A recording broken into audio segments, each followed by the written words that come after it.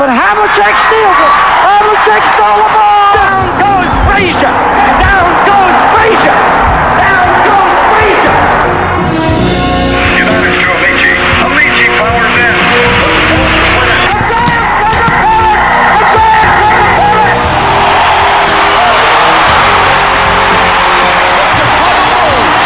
Won their 6th NBA championship. Gibson, swing.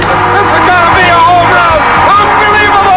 I don't believe what I just saw.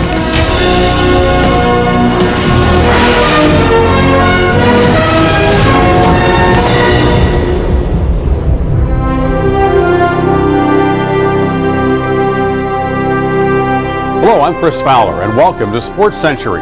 Latrell Sprewell doesn't play basketball, he attacks it. His drives are a chaotic blur of speed and muscle, and when his jump shots are falling, he's a team unto himself. But an anti-authoritarian temper that he has nurtured since childhood burned a hole in his reputation. In December of 1997, the flames of Sprewell's discontent with his coach erupted across the NBA horizon. When Carlesimo was hired in the summer of '97, the Warriors' slogan was "No more Mr. Nice Guys," and they had billboards around the Bay Area with Carlesimo and the assistant coaching staff wearing dark sunglasses. Well, the objective was you had a coach previously that may have been more laid back. Now there was somebody that's going to come in a little different than that. PJ was pretty much a yeller. He got in your face and let you know when something was wrong. He was like a yapping dog, and he needed a leash and a muzzle. And he was bothering everybody. I think everybody realized this is just not going to work. I mean, they may have gone way too far in the other direction. These guys can't possibly coexist. You cannot have a guy like Sprewell playing for a coach like Carlesimo.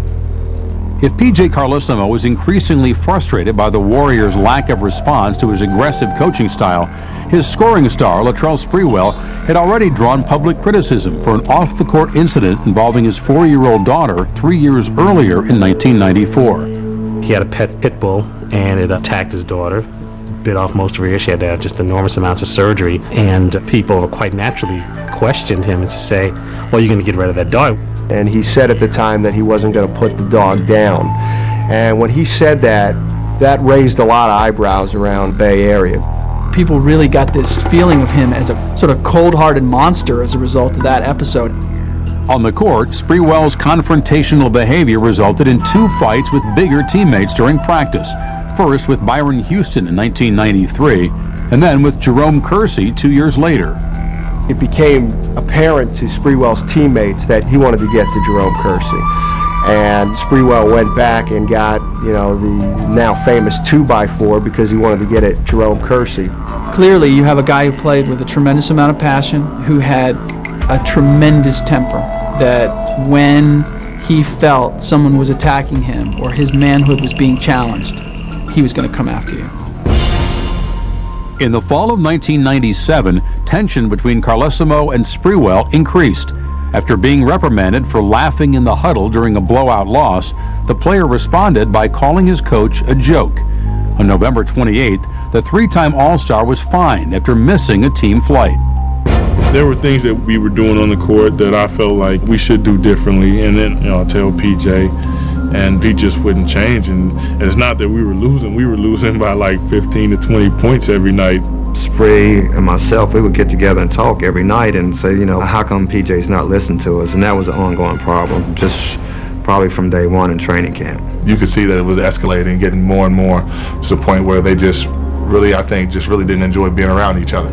I could count at least 3 or 4 times where we were going at each other in practice. He'd say stuff to me, I'd say stuff back. And for me, this is all new because I've never had that with a coach. So to have this happening on a daily basis was definitely frustrating. There were incidents when PJ would take Latrell out of a game where he'd go down and sit on the end of the bench, and you could see Latrell mocking him and talking to other teammates about, what a joke he thought this guy was. If he respect you, he'll get along with you. He didn't respect Carlesimo. During practice on December 1st, 1997, Carlesimo sparked the emotional kindling that had been built for weeks inside his top player. Carlesimo was down at the far end of the court, and he wasn't happy with how hard Sprewell was going through this drill, and he said something to Sprewell. He was telling he wasn't throwing passes hard enough, so it's embarrassing when a coach does that to you. At that point, Carlesimo began to walk the length of the court to approach Sprewell, and Sprewell basically told Carlesimo, to get away from him. It was just a buildup of anger and frustration, and just having it all bottled up and not being able to express myself. And at that point, it just came to a head. You just heard a ball slam, and the next thing you know, Sprewell has PJ around his neck. Eventually pulled away by his teammates, Sprewell left the court. 20 minutes later, he returned and launched a second attack on Carlesimo. Then the next thing you know, he leaves and he comes back, and we're all gathered around, and Spree's just peed off and saying, get me out of here, trade me, and then he left. No one ever wrote how Bimbo wanted to come in there and talk to me. They prevented him from coming in there and talking to me. If they had let him do that, then it wouldn't have even been a little second time. The fact that he would leave, think about it, and then come back and do it again, I think that kind of cinched the public relations deal, that whatever happened there, PJ Carlesimo was going to be the victim. And one of the things that I was kind of disappointed in is that happened in a practice setting, and nobody really had to know anything about it. When the doors opened at the practice facility in Oakland, Latrell Sprewell was conspicuously absent. PJ gathered the writers around to give them his usual daily post-practice comments, except that he had huge marks right along the sides of his neck like this.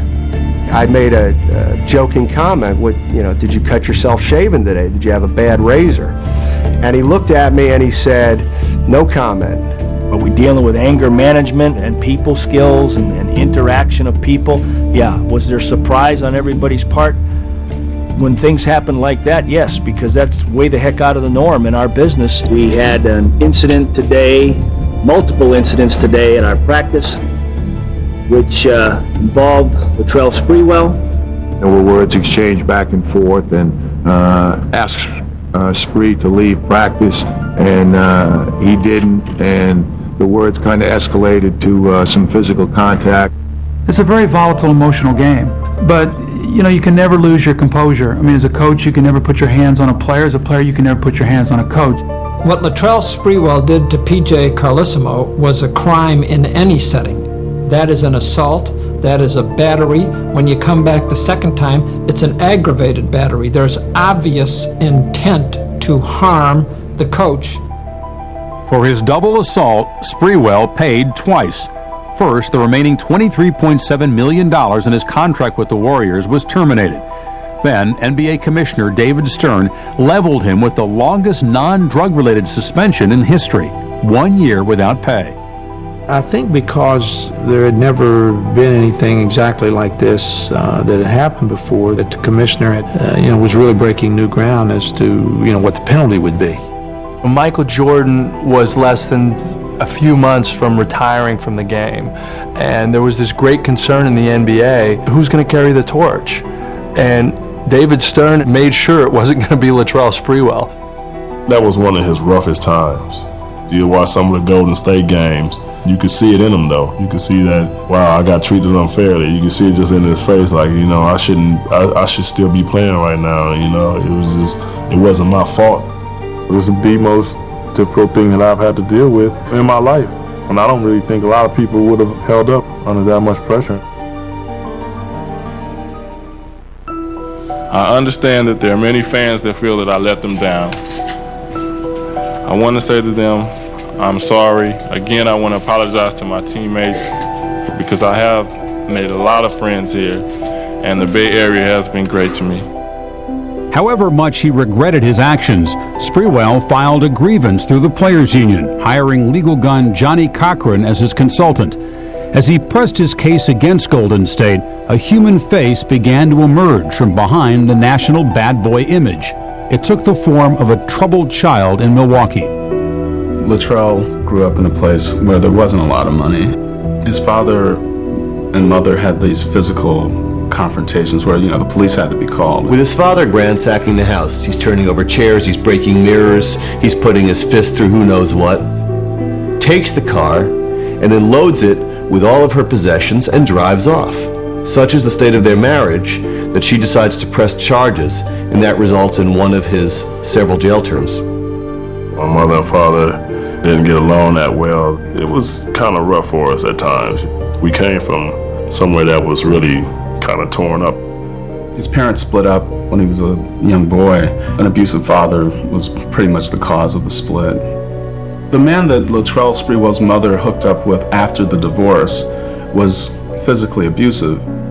Now enters a new man in Latrell's world, her mother's boyfriend, and what ensued were, by Latrell's account, some beatings and a point in his life where he learned to distrust strangers and distrust strange men. I wasn't happy with my mom's boyfriend at the time, you know, so I thought it would be better for me to just go live with my dad. Before he would join his father, the 7-year-old Sprewell lived with his grandparents in Flint, Michigan. After moving in with his father, Latasca Fields, 6 years later, Latrell's life was disrupted again. Fields, a small-time marijuana dealer, was sentenced to 2 years for illegal possession of a sawed-off shotgun. Seeing family members, you know, in and out of jail was something that, unfortunately, that I had to deal with as a child and coming up. But when it's one of your parents, it is tougher. We even visited our father when he was locked up. You know, the emotions came out. We was definitely hurt by the time that he had to spend in there. That was time lost from us, that we couldn't be with him. It really hurt to see his father caged like an animal. He thinks he held in way too much over the years, that there was some hostility and some anger unresolved that may have led him to have the incident with PJ Carlissimo. I think he held a lot of stuff in that he wanted to get out, and I think that was a lot of him holding a lot of frustrations in about a lot of things that happened in the family. Before his junior year, Sprewell returned to Milwaukee to live with his mother, who had since separated from the man who had abused her son. Although he had not played organized basketball for his first 3 years of high school, as a senior, Sprewell's raw talent was recognized by the new Washington High coach. I told the assistant coach, I said, there's a kid that's never played that could be all-state this year. And of course, he said, no way. When he was younger, we didn't really actually have a basketball court. We made a court in like an alley back home, and I could tell that he had the skills in him already because I was a lot bigger than him, and he could do things and get around me and score and everything. Despite averaging 28 points, Sprewell was not offered a college scholarship. After refining his game at Three Rivers Junior College in Missouri,